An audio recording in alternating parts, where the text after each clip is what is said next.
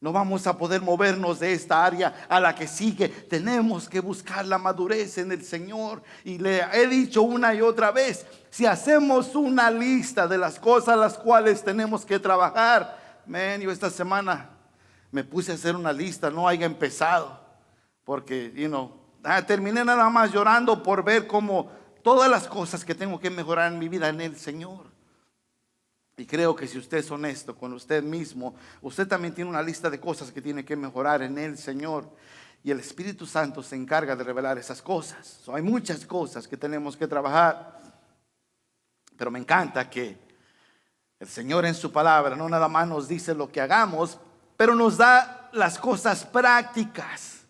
Tenemos que entender que Pablo en sus cartas, si las ha leído y si no, léalas, vemos algo importante otra vez, que nos da una lista de cosas prácticas y responsabilidades que todo cristiano debe seguir conforme a la doctrina que en ella enseña. No solo otra vez nos da una doctrina, pero nos enseña cómo vivir prácticamente.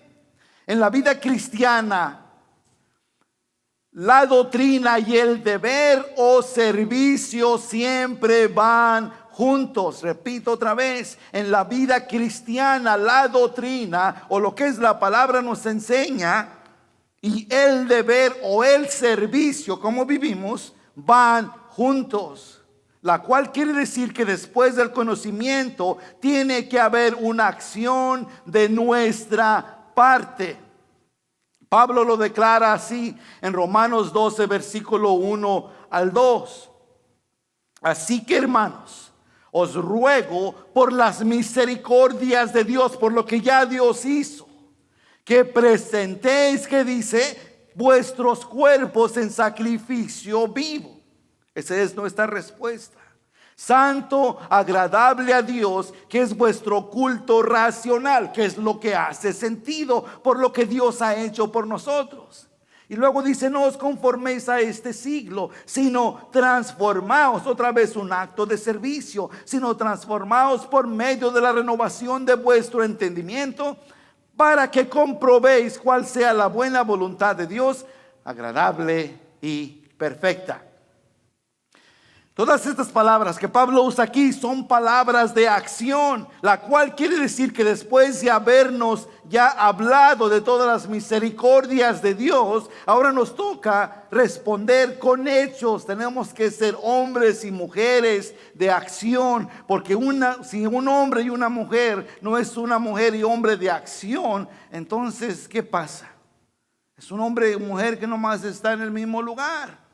Pablo habla de eso a la iglesia de Corintios. Les dice, ya cuando deberían estar comiendo carne, aún están tomando leche. Y eso pasa con el cristiano cuando no se mueve de un paso a otro. Siempre la misma cosa. Y un cristiano que no madura es un cristiano que vive una vida muy difícil, porque siempre está luchando con la misma cosa una y otra vez. Todas las palabras que Pablo usa son palabras de acción, lo cual quiere decir otra vez que después de habernos ya hablado de todas las misericordias de Dios, ahora nos toca responder con hechos. No es suficiente entender la doctrina de la palabra de Dios explicada. Aunque hacemos todo lo posible para poder explicarle lo que es la doctrina de Dios, lo que es su palabra, y ponemos en términos aplicables que sean sencillos para poder entender. Eso es lo que ha hecho la historia del maestro que toma la palabra de Dios y la enseña. Tiene que ponerla en forma práctica. Jesús usó parábolas para poder entender, o más bien para que el pueblo entendiera lo que Dios quería de ellos. De igual manera continúa la misma práctica, conforme los tiempos, conforme los siglos, conforme las cosas que vivimos día a día. El Señor usó parábolas. Ahora nosotros, por medio del Espíritu Santo, queremos darle la palabra de manera práctica. No es suficiente entender la doctrina de la palabra de Dios explicada. Debemos traducir nuestro conocimiento en una vida diaria. Y mostrar con nuestras vidas que confiamos en Dios y en su palabra, porque podemos decir, Señor, y yo te confieso como mi Señor y Salvador. Podemos hacer la oración del pecador, Romanos 10:9. Podemos entender Romanos 3:16, que de tal manera amó Dios al mundo, que dio a su Hijo unigénito para que todo aquel que en él cree no se pierda, mas tenga vida eterna. Pero ¿qué pasa con nuestra vida? ¿Nuestra vida refleja lo que confesamos o únicamente fue una confesión? Si únicamente quedamos en confesión, entonces usted se ha convertido en una persona religiosa, porque no ha tenido esa relación íntima que Dios busca tener con su iglesia, con usted y conmigo. Y algo he aprendido yo en mi vida cristiana. Los primeros pasos, cuando el Señor me rescató, era una vida religiosa. Yo pensaba que únicamente agradaba a Dios porque venía a la iglesia, que no tenía que haber ningún cambio en mi vida personal. Mi boca seguía igual, mis acciones seguían igual, nada había cambiado, mi corazón aún estaba en el mundo, aunque venía a la iglesia. 10 años, familia, 10 años más o menos me aventé en la iglesia pensando la misma cosa. Una persona que aún no ha entendido lo que es la justificación de Dios en nuestra vida, entonces no ha entendido realmente lo que Dios quiere de nosotros. Y aún más no ha entendido que Dios demanda de nosotros santidad. Y es la razón por la cual muchos pasamos por una y por otra cosa, porque no buscamos la santidad, no buscamos agradar a Dios, no entendemos la justificación que ha pasado y lo que ha sucedido en nuestras vidas. Eso no debe ser únicamente, otra vez no es suficiente entender la doctrina de la palabra de Dios explicada. Debemos traducir nuestros conocimientos de una vida diaria y mostrar con nuestras vidas que confiamos en Dios y en su palabra. John MacArthur dijo de esto: es absurdo, como es bíblico, creer que cualquiera pueda vivir una vida cristiana fiel si tienes buenas intenciones y cálidos sentimientos por el Señor y su palabra. Cierro la cita. Es absurdo, como es bíblico, creer que cualquiera puede vivir una vida cristiana fiel si tiene buenas intenciones. Las buenas intenciones no sirven de nada, porque el día de mañana, cuando el Señor venga por su iglesia, ¿dónde estará nuestro corazón? ¿Dónde estará nuestra vida por la cual representamos al Señor nuestro Dios de día a día? Es importante meditar en esto, hermanos. Muy importante, porque de eso determina nuestra salvación. De eso determina lo que le hemos creído a Dios, y de eso determina cuánto confiamos en Él y en su palabra. La vida cristiana es una vida responsable. Por definición, la responsabilidad se basa en principios y normas específicos a los que Dios, escuche, obliga a cada uno de sus hijos. Es por su palabra que somos responsables cuando el Señor nos disciplina, cuando lo desobedecemos en su palabra y ignoramos su voluntad. ¿Qué es lo que pasa? ¿Por qué pasamos por cosas? Simple y sencillamente porque no obedecemos a Dios, no obedecemos en sus estatutos, no obedecemos en las características que Dios demanda de su iglesia. Y es la razón por la cual, yo creo que todos podemos entender eso. Cuando nos pasa algo en esta vida, es la desobediencia básicamente. Dios nos ha dado un plan perfecto que llevar a cabo en nosotros, pero y no quiero decir que en esta vida no vamos a continuar cayendo y tropezando y fallando. Lo vamos a hacer, hermanos, pero es diferente, como hablábamos ayer en el hombre, en el esposo ejemplar. Vamos a caer, pero es diferente. Es diferente pensar en que vamos a caer y vivir una vida de libertinaje. Pero tenemos que entender que en nuestra carne aún vamos a caer, pero no practicamos pecado, que es lo que Pablo nos dice en su palabra. Sí vamos a caer, pero no tenemos pecados premeditados. Lo cual quiere, yo no planeo que voy a caer. Yo entiendo que en mi debilidad voy a mentir, voy a decir algo que no debo. Bueno, tanta cosa. Lo entiendo, porque mientras estemos en esta carne, Pablo lo declara claramente: miserable de mí, dice mismo Pablo.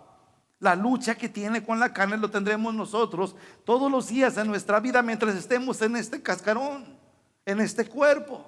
Porque eso es.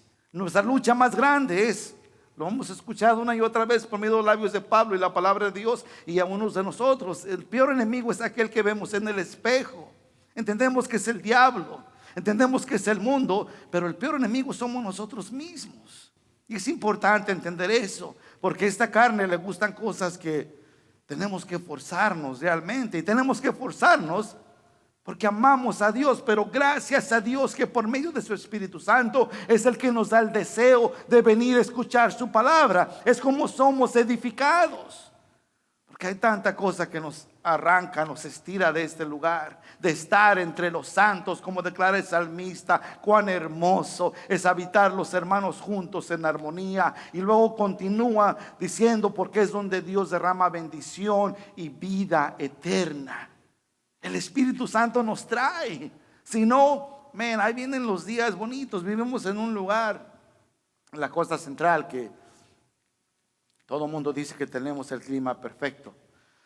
Y creo que lo tenemos para aquellos que conocen otros lugares, porque las otras temporadas en México o en cualquier otro lado no son iguales que aquí. Es un clima cálido. Y no le voy a decir lo que usted ya sabe por años. Desde 1977 que tengo aquí, ha sido igual, ha sido excelente. Y hay muchas cosas que nos atraen.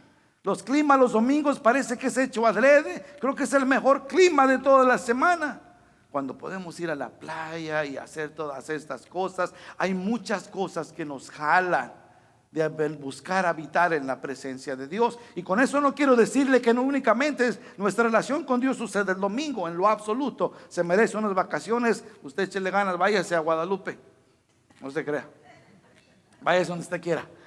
Pero el caso que no debe ser, espero que entienda lo que estoy diciendo, que no es algo que se está dejando llevar por las cosas, por el clima, por el día, por lo que sea. Tenemos que dejarnos llevar por el Espíritu Santo y desear ansiosamente buscar hacer su voluntad y escuchar su palabra. La vida cristiana, otra vez, es una vida responsable, y por definición la responsabilidad es basada en principios y normas específicos, otra vez, a los que Dios obliga. Y creo que voy a usar esa palabra con cuidado, porque no nos obliga, pero creo que hay algo que nos obliga más. Es el amor de Dios quien me trae. Es el amor de Dios que me hace hacer el esposo, el padre, el pastor, el siervo. Es lo que me hace hacer todo lo que hace, porque si quita el amor de Dios de mi vida, no le va a parecer la persona que queda. De igual manera a ustedes, no nomás yo. Quitamos el amor de Dios y todo es, en inglés llamamos selfishness. Quiere decir que todo lo que viene para acá es como el escarda o el desaige, es puro jalón para acá, nada para allá. Eso pasa en nuestra vida. Quita el amor de Dios de nosotros y no queda nada bueno. Por eso el amor de Dios es aquel que nos mueve, es aquel que nos hace hacer todo lo que hacemos de día a día.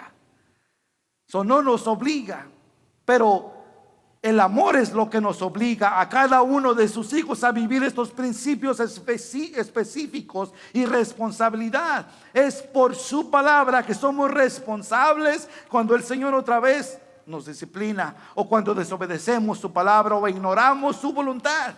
Hebreos 12, 5 al 7 no está en pantalla, pero dice: y habéis ya olvidado la exhortación que como a hijos os dirige, diciendo: hijo mío, no menosprecies la disciplina del Señor, ni desmayes cuando eres reprendido por Él, porque el Señor al que ama, escuche bien, el Señor al que ama disciplina y azota a todo aquel que recibe por hijo. Si soportáis la disciplina, Dios los trata como a hijos, porque ¿qué hijo es aquel a quien el Padre no disciplina? Pablo se enfoca en estos versículos en relaciones. De aquí para adelante vamos a ver las relaciones que Dios quiere que tengamos. Da por comienzo relaciones como iglesia. Por eso luchaba con este título, cómo portarnos en la iglesia. Hay unas características que debe identificarlo a usted y a mí conforme la palabra de Dios me enseña.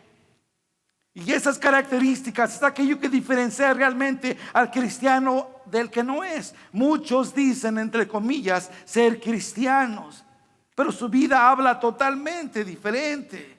La manera que ellos viven, no se identifican las características de Dios en su vida, por la manera que conducen todo en su vida, su trabajo, su vida personal, negocio, lo que sea, todo, el mismo hogar.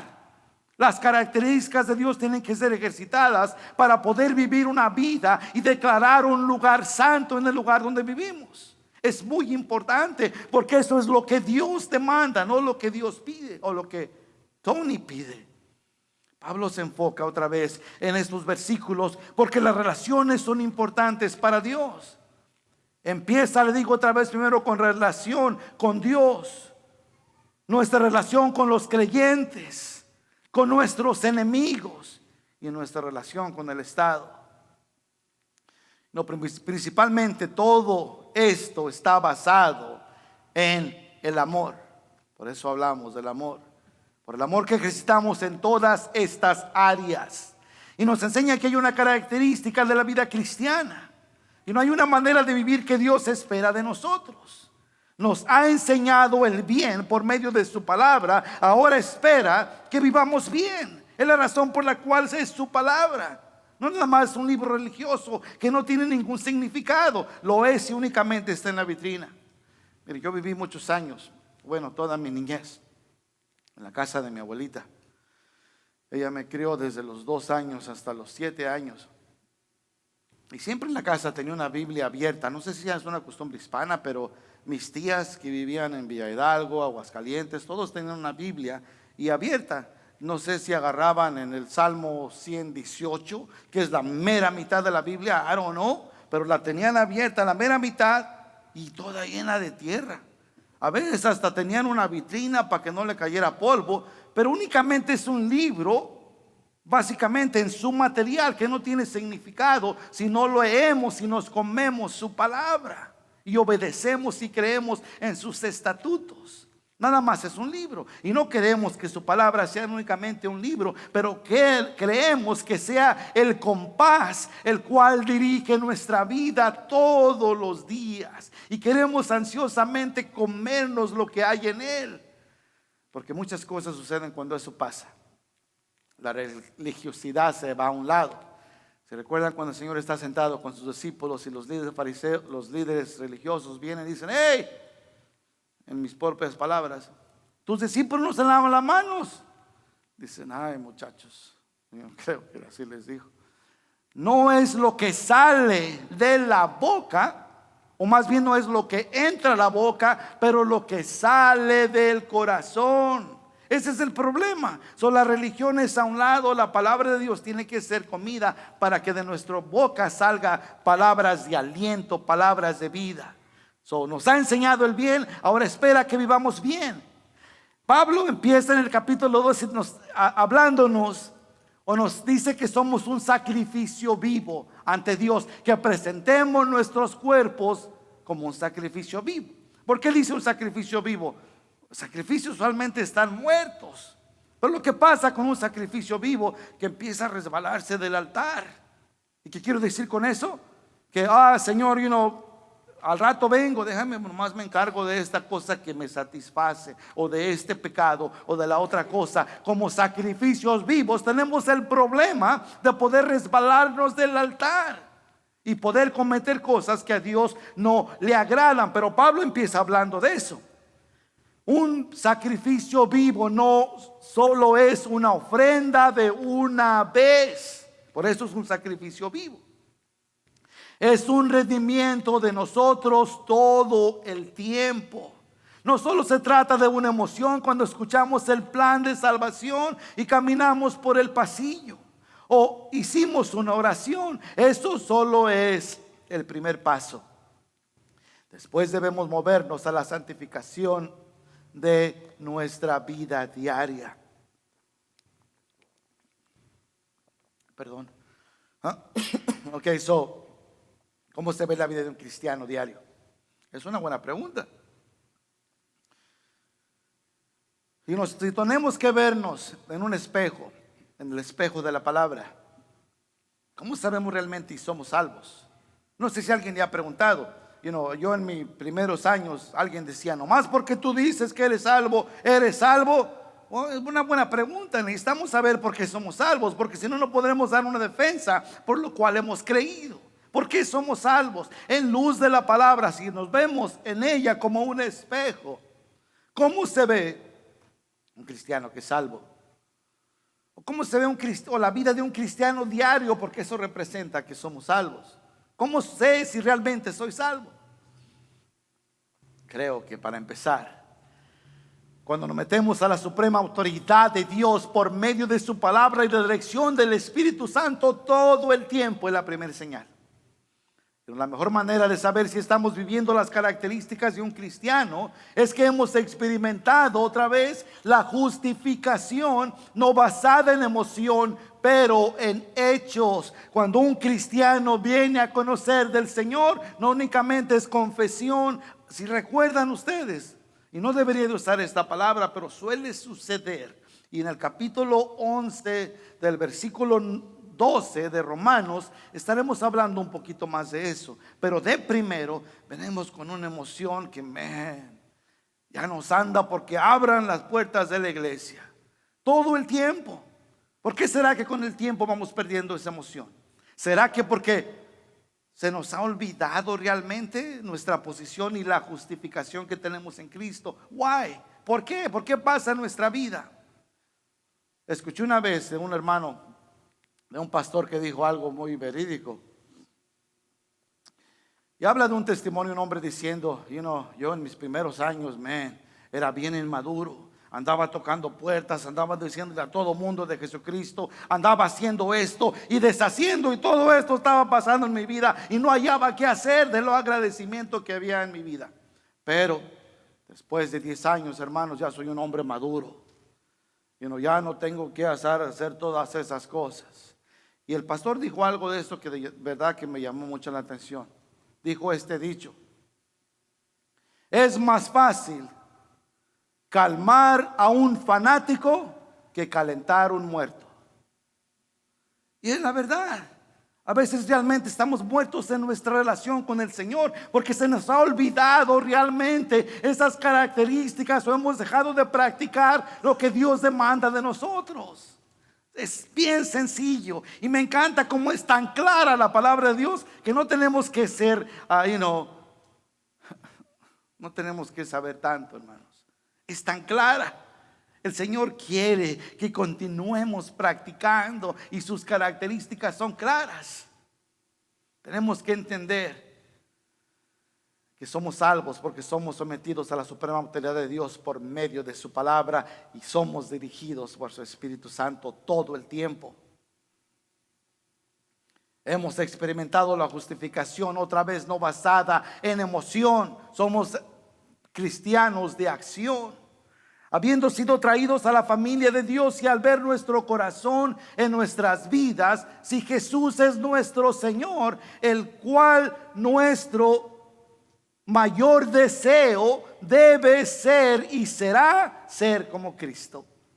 Cuando el cristiano es salvo, es lo que quiere. Si usted, su deseo diario es ser como Cristo por encima de todas las cosas seculares, estoy hablando aún de nuestras responsabilidades. No tenemos que dejar de trabajar porque ese problema también hubo en la iglesia. Hoy ahí viene el Señor por nosotros, vamos a sentarnos y a comer y es todo. Tenemos responsabilidades, pero es importante que entendamos que una de las características de un cristiano, un verdadero cristiano, es que todos los días se levanta buscando ser más como Cristo. Si no, se va a cansar usted de su religión. Se va a cansar. Porque eso es lo que está viviendo una religión. Pero cuando buscamos ser más como Él, a Él le agrada, nos llena de su Espíritu Santo y nos demuestra una área más en la cual tenemos que trabajar. Un cristiano se ve que es un cristiano por su deseo. Otra cosa yo he visto en mi vida cristiana de ya de 28 años, creo, si mi esposa no me corrige. He visto que con el tiempo, hermano, un cristiano se determina por el tiempo. Lo primero, podemos tener mucha emoción y toda la cosa, pero el tiempo determina quién realmente es cristiano. El Señor habla de las parábolas de las 10 vírgenes. Y la ha leído usted. Necesitamos estar preparados todo el tiempo, porque nadie sabe la hora ni el día, dice la palabra. Nuestro más profundo deseo de nuestro corazón será complacerlo y obedecerlo, y este deseo será expresado en un anhelo por la santidad y un molde de una vida de justicia. Me encanta lo que dice Robert C. Chapman. Dijo de esta manera, un escritor del siglo XIX. Dice: al ver muchos predicar a Cristo, cito, y pocos viven como Cristo, mi enfoque será vivir como Él. ¿Qué quiere decir con eso? Mucha gente predica a Cristo, pero su vida no refleja lo que habla. Entonces tenemos un gran problema. Por eso me gusta lo que dice Robert C. Chapman en el siglo XIX. Dice: muchos predican a Cristo, pero muy pocos viven como Cristo. Si mi enfoque será vivir como Él. Y cierro la cita. Primero de Pedro 1:15 al 16 dice de esta manera: sino, como aquel que os llamó es santo, sed también vosotros santos en toda vuestra manera de vivir, porque escrito está: ser santo porque yo soy santo. Pablo nos da características específicas de la vida cristiana, otra vez, del versículo 9 al 21, y esto incluye, les recuerdo, 30 pequeños mandamientos, que todos están basados en cómo ejercitamos el amor. El versículo 9 nos dice, el amor sea sin fingimiento. Primero se dirige a nosotros como iglesia. Ok, ¿cómo tenemos que comportarnos? Bueno, empieza: el amor sea sin fingimiento. Y luego va otras dos cosas más después de esto. Bueno, 30 cosas después de esto. Pero empieza primero por diciéndonos que nuestro amor sea sin fingimiento. Su amor debe de ser real y sincero. Y está hablando del uno con el otro. Del uno. Y yo le doy gracias a Dios por algo. Estaba pensando en esto en la mañana. Le doy gracias a Dios que ustedes son tan fáciles de amar, de verdad. Y no estoy bien agradecido con el Señor por cómo demuestran su amor y cómo fácil. Y bueno, sería un agrado y un privilegio pasar una eternidad con todos ustedes. No está difícil, está bien fácil. Yo no tengo que batallar, no tengo que fingir mi amor. Pero eso debe ser en la vida de todos nosotros. Dice que el amor sea sin fingimiento. Pablo hace eco a Jesús al llamar la atención sobre el amor y cómo es la norma clave moral para el pueblo de Dios. Otra vez repito, es el amor de Dios que nos mueve a hacer todo lo que hacemos. Si no es el amor de Dios, ¿quién quiere estar aquí? Hay muchas cosas más que podemos estar satisfaciendo la carne, haciendo cosas, pero es el amor de Dios que nos tiene aquí. Es el amor de Dios que nos mueve. Pablo otra vez hace eco a Jesús cuando habla del amor. Jesús dice que toda la ley y los profetas dependen de dos mandamientos. Lo ha leído usted. El primero, ama a Dios. El segundo, ama a tu prójimo como a ti mismo. Palabra, dice Mateo 22, 36 al 40. Mejor se lo leo. Jesús hablando, versión palabra de Dios para todos. Mateo 22, 36 al 40. Maestro, ¿cuál es el mandamiento más importante de la ley? Jesús dijo: ama al Señor tu Dios con todo tu corazón, con todo tu ser, con toda tu mente. Este es el primer mandamiento y el más importante. Dice: hay un segundo mandamiento parecido a este de igual valor. Ama a tu semejante como te amas a ti mismo. Toda la ley y los escritos de los profetas dependen de estos dos mandamientos. Wow. ¿Usted quiere lo mismo para usted que lo que quiere? O más bien, ¿usted quiere lo mismo para su hermano que lo que quiere para usted? Es una buena manera de pensar. Realmente estoy amando como Dios ama. Porque a veces nosotros, queremos todo lo bueno para nosotros, pero no tanto para el hermano. Y hay ciertas cosas que son difíciles de hacer. El Señor en su palabra nos dice que nos gocemos con los que se gozan, que lloremos con los que lloran. Wow, es fácil llorar con los que lloran. Creo que es más fácil que gozarnos con los que se gozan. Porque ¿qué tal si usted está batallando con su carrito. Se le está quebrando cada rato. Y luego viene un hermano y le dice: hermano, gózate conmigo. Dice: porque el Señor me ha dado un carro nuevecito de último modelo. Whatever. ¿Cómo vamos a actuar realmente? Es más fácil, creo que es más difícil gozarnos con el que se goza que con aquel que llora, creo yo. Pero me encanta porque Jesús nos dice que tenemos que desear lo mismo para nuestro hermano o hermana que lo que queremos para nosotros. Cuando habla de estos dos mandamientos, increíblemente no lo llevó a Éxodo 20 y dijo: que no robarás, no matarás, no le dio los 10 mandamientos. Y nada, sí, simple, fácil. Dos, únicamente ama al Señor tu Dios con toda tu mente, con todo tu corazón. El segundo es igual, dice: ama a tu prójimo como a ti mismo. Lo que deseas para ti, desea para ellos. Pablo repite algo similar en Romanos 13, 8 al 10. Dice: no debáis a nadie nada, sino el amaros los unos a otros, porque el que ama al prójimo ha cumplido la ley. Note, el que ama al prójimo, el prójimo es el que está a su derecha y a su izquierda, enfrente y atrás. Dice: ha cumplido la ley, porque no adulterarás, no matarás, no hurtarás, no dirás falso testimonio, no codiciarás, y cualquier otro mandamiento. En esta sentencia se resume: amarás a tu prójimo como a ti mismo. El amor no hace mal al prójimo, así que el cumplimiento de la ley es el amor. Y no, está fácil. Si nos amamos los unos a los otros, no vamos a aprovecharnos del uno de los otros. Esa es una de las señales más principales que debe existir en la iglesia entre cristianos, porque somos hermanos, somos familia. Pablo usará en el versículo 10 la palabra Filadelfia. Filadelfia quiere decir brotherly love, amor entre hermanos. ¿Qué quiere decir eso? Y para darle un adelanto, se trata de que nosotros debemos amarnos como una familia. Y más familia aún de la que tenemos en la casa, porque un día la familia va a dejar de ser familia. Y dirán: oh, ¿qué está haciendo el pastor? Yes. Si nuestra familia, si nuestros seres queridos no aceptan el único regalo de salvación que Dios ha proporcionado al hombre, no más será nuestra familia. Tenemos que amarnos como la familia de Dios, porque vamos a pasar una eternidad juntos. Sin embargo, le doy gracias a Dios que en nuestros 10 años aquí no hemos tenido ninguna división, no ha habido problemas entre nosotros como somos familia. Y los que ha habido ahí son pequeñitos. We can handle those, esos también. Si usted amanece de malas, échele ganas, usted véngase, desóguese conmigo, yo lo amo de igual manera. A veces necesitamos eso. Y entre ustedes también, hablando de los dones del Espíritu, hay el don de la misericordia en ustedes. Y gracias a Dios por ello. Pues hay veces que hay unos que no tienen ese don y pues ya ves, para que se te quite.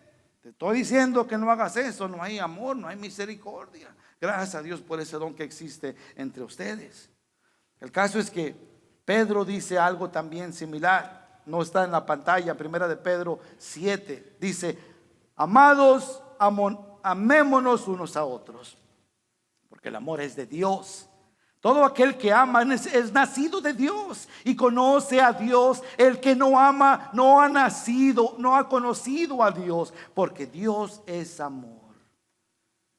En esto se mostró el amor de Dios para con nosotros, en que Dios envió a su Hijo unigénito al mundo para que vivamos por Él. En esto consiste el amor, no en que nosotros hayamos amado a Dios, sino que Él nos amó a nosotros y envió a su Hijo en propiciación en mi lugar, por nuestros pecados. Amados, si Dios nos ha amado, así debemos también nosotros amarnos unos a otros. Nadie ha visto jamás a Dios. Si nos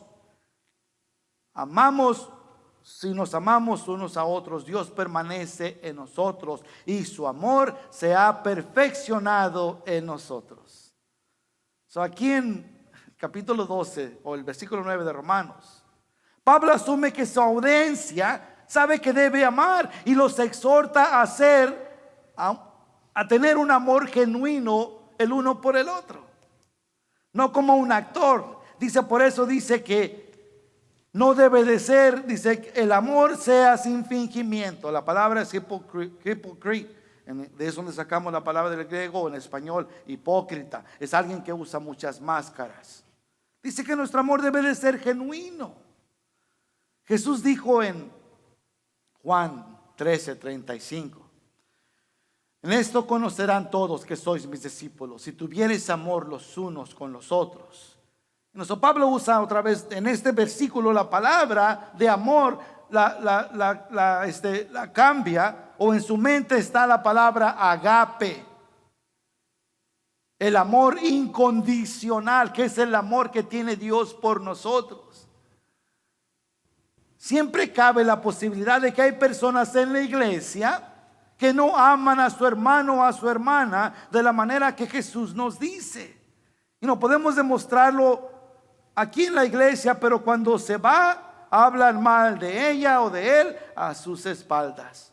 O hay un amor fingido. Porque en la iglesia podemos hablar, le decimos cristianese, podemos hablar el idioma cristiano. Oh, Dios te bendiga, aleluya, gloria a Dios, y todas las palabras claves. It's great, está bueno y está fácil. Pero ¿qué tal afuera? Pero yo he conocido hermanos en la iglesia que aquí nos vemos y nos damos un abrazo, y no aquí entre ustedes, porque ustedes son perfectos, pero que se los encuentra uno en la calle. Es like, man, parece como que desde lejos como que hasta se esconden, porque no le vayas a decir Dios te bendiga y lo avergüences. I don't know.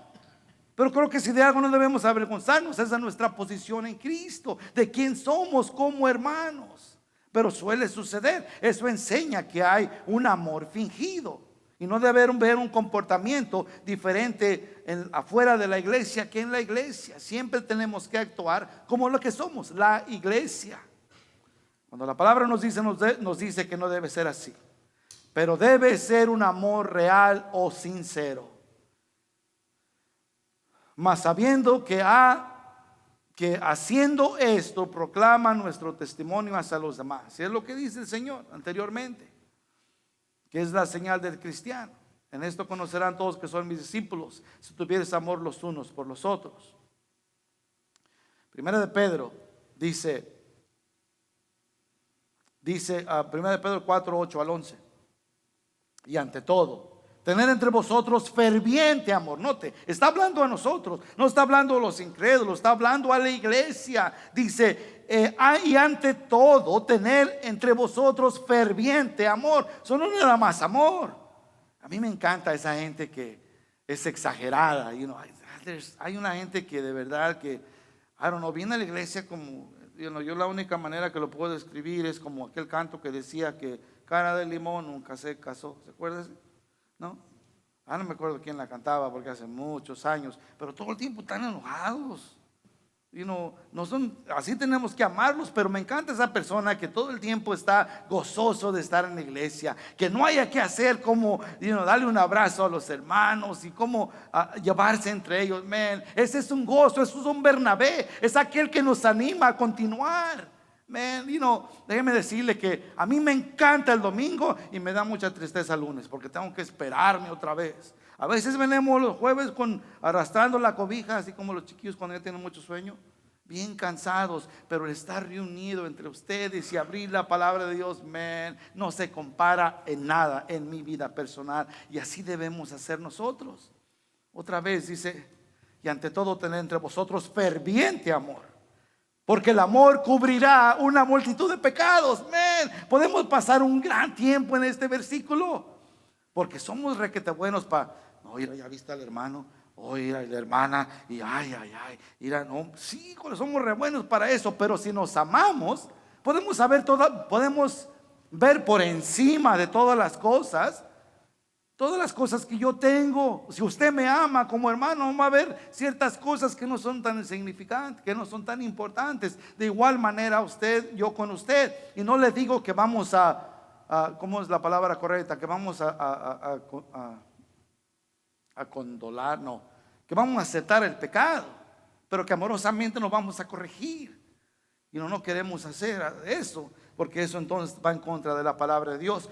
Pero dice que el amor cubre una multitud de pecados. Dice, hospedaos los unos a los otros sin murmuraciones. Ya vino otra vez el hermano, ¿a qué hora se va a ir? No, usted sabe que nosotros como hispanos la fiesta empieza cuando llego y se acaba cuando yo me voy. No se crea. Pero tenemos que ser hospedadores. Es una señal de cristianos. Y a mí me encanta tener un puño de gente en la casa todo el tiempo. Si no en mi casa, no se preocupe, un día de estos me lo llevo. A ver cómo le hacemos para caber todos. Y usted también, si ocupa quien se coma su comida, échenos un grito. Vamos, nosotros le ayudamos con eso. Pero tenemos que ser hospedadores. Eso es algo, una señal del cristiano. Es muy bueno y es una bendición de verdad cuando estamos todos juntos partiendo, teniendo comunión, ya sea con un sacrificio de gallina o de vaca o lo que sea.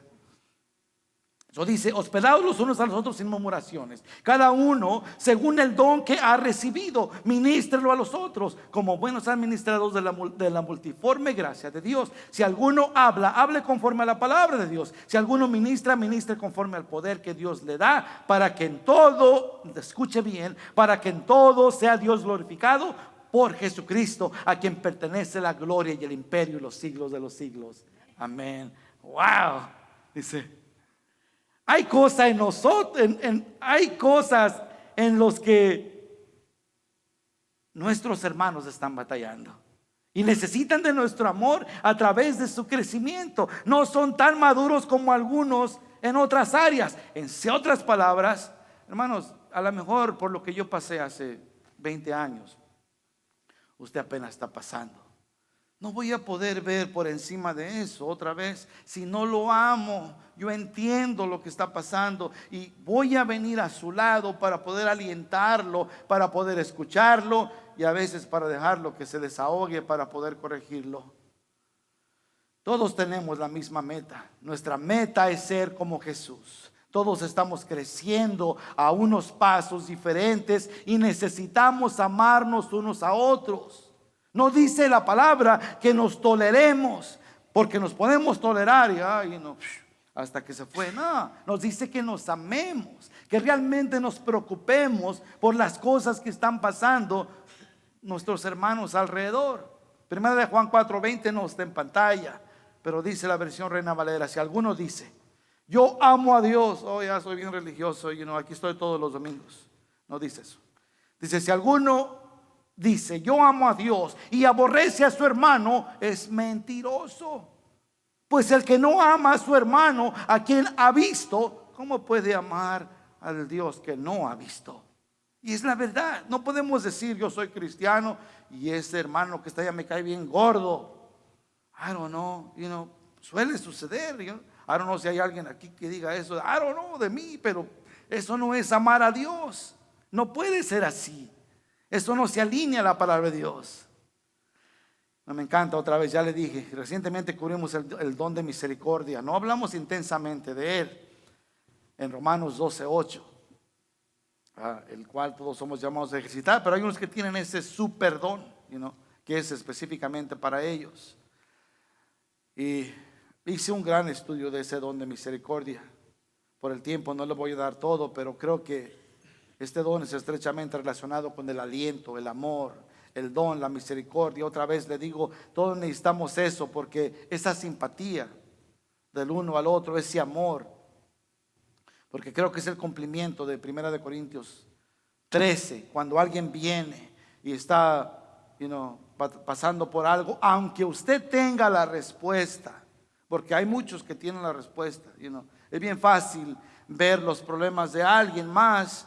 Y es fácil decirle, pues mira, haz esto, haz lo otro, o por qué hiciste esto, por qué hiciste lo otro. Pero cuando se voltean las cosas no se ve tan bien en nosotros. Tenemos el don de apuntar, pero no tenemos el don de amor y misericordia. Y necesitamos ejercitarlo entre nosotros, porque es el cumplimiento, creo que de 1 de Corintios 13. Todo lo sufre, todo lo cree, todo lo espera, todo lo soporta. Y todos necesitamos de este hermano o esta hermana que tiene el don de amor y misericordia. Este hermano quiere llorar y quiere alegrarse con los que lloran y se alegran, aunque tenga otra vez la respuesta. Ejercita misericordia y sensibilidad. Y esto es lo que hace el amor. No te dice, te dije, para que se te quite. ¿Han escuchado todos esos? Esto es un sentimiento en acción. Este amor del cual Dios está hablando es lo que nos lleva a vivir la vida cristiana. Es lo que nos ayuda a madurar.